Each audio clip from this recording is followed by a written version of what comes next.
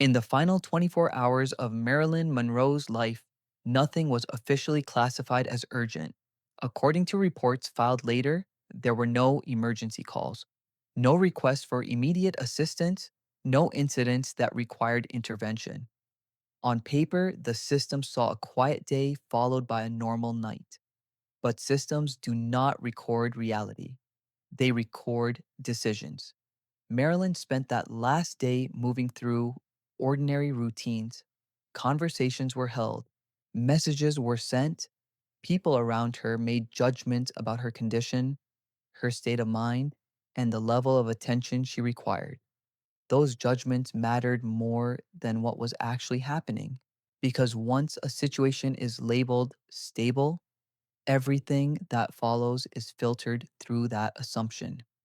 By the evening of August 4th, 1962, she was alone in her home. That fact has been repeated countless times, often treated as the beginning of mystery. But for this story, it is only the starting condition.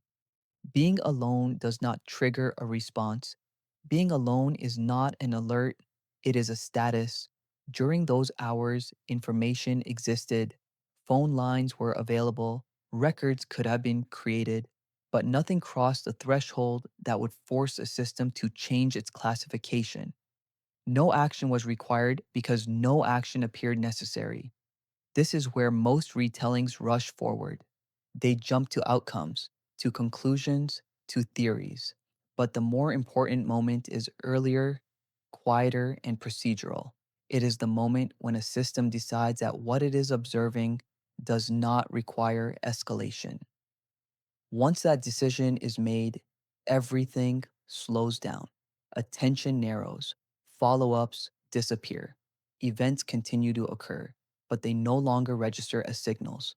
They become background noise. The final day was not defined by chaos, it was defined by normality. And in structured systems, normality is powerful. It suppresses alarms, it delays response. It creates silence without removing activity. By the time the night began, the framework was already set. Whatever happened next would be interpreted through a lens that said nothing was wrong. And when a system believes nothing is wrong, it does not look for proof. As the night progressed, that assumption of normality remained in place. Nothing occurred that would have automatically overridden it. No sirens, no official alerts, no documented request that forced the system to reevaluate what it believed it was observing. This is a critical point most stories overlook. Systems do not wait for tragedy to happen before they act. They act when a condition is reclassified. Until that moment, everything else is treated as noise. Phone lines were active that night, communication was possible, messages could move in and out of the house without difficulty. But availability is not the same as activation. A tool can exist without being used. A channel can be open without carrying urgency. Information does not escalate itself, it has to be interpreted. Someone has to decide that what they are hearing, seeing, or being told is no longer routine. And that decision did not occur. Instead, observations remained fragmented.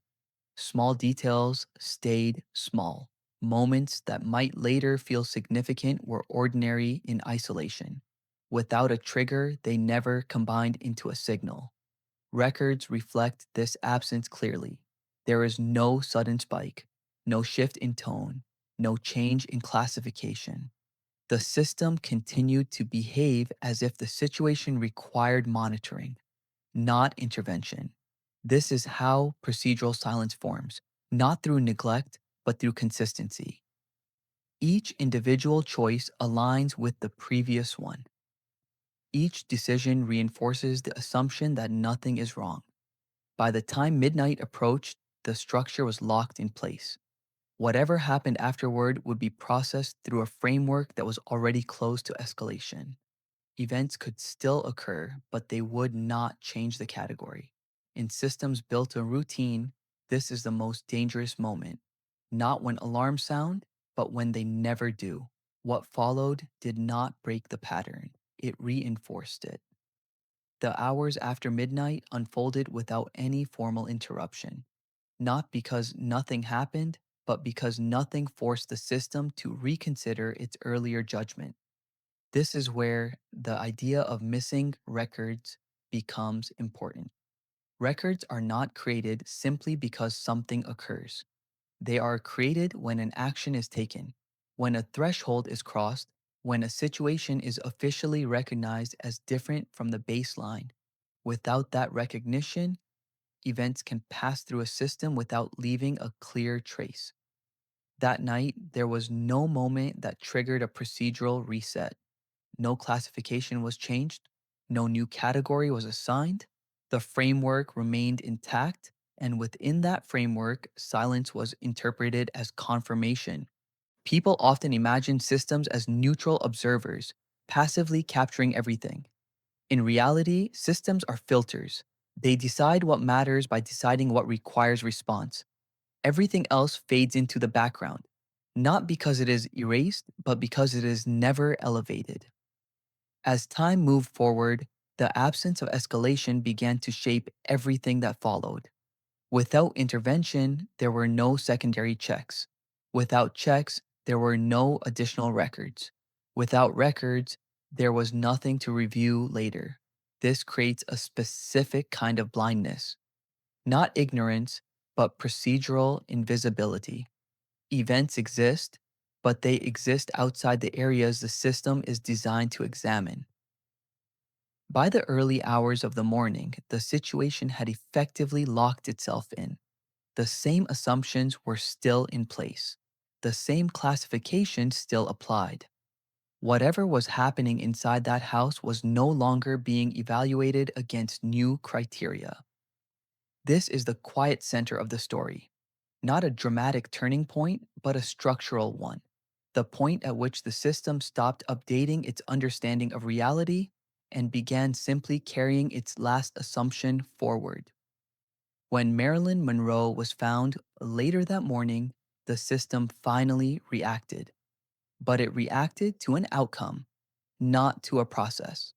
Attention shifted immediately to what could be confirmed, documented, and closed. The question was no longer what had been happening, but what had already ended. This shift matters. Systems are far better at responding to conclusions than to ambiguity. Once an event is complete, it can be categorized, reported, and archived. The uncertainty of the hours before is more difficult to handle, and so it is often compressed into summaries that feel sufficient even when they are incomplete. In the records that followed, the final result became the focus. Timelines were established, statements were collected, causes were discussed, but the procedural silence of the previous night remained largely untouched. The absence of escalation was not treated as a failure to examine. It was treated as evidence that nothing had required examination. This is how gaps persist, not because they are hidden, but because they are normalized. When a system has already decided that a situation was non critical, the lack of earlier action becomes part of the justification for that decision. Circular logic replaces inquiry. Over time, this absence hardens into narrative.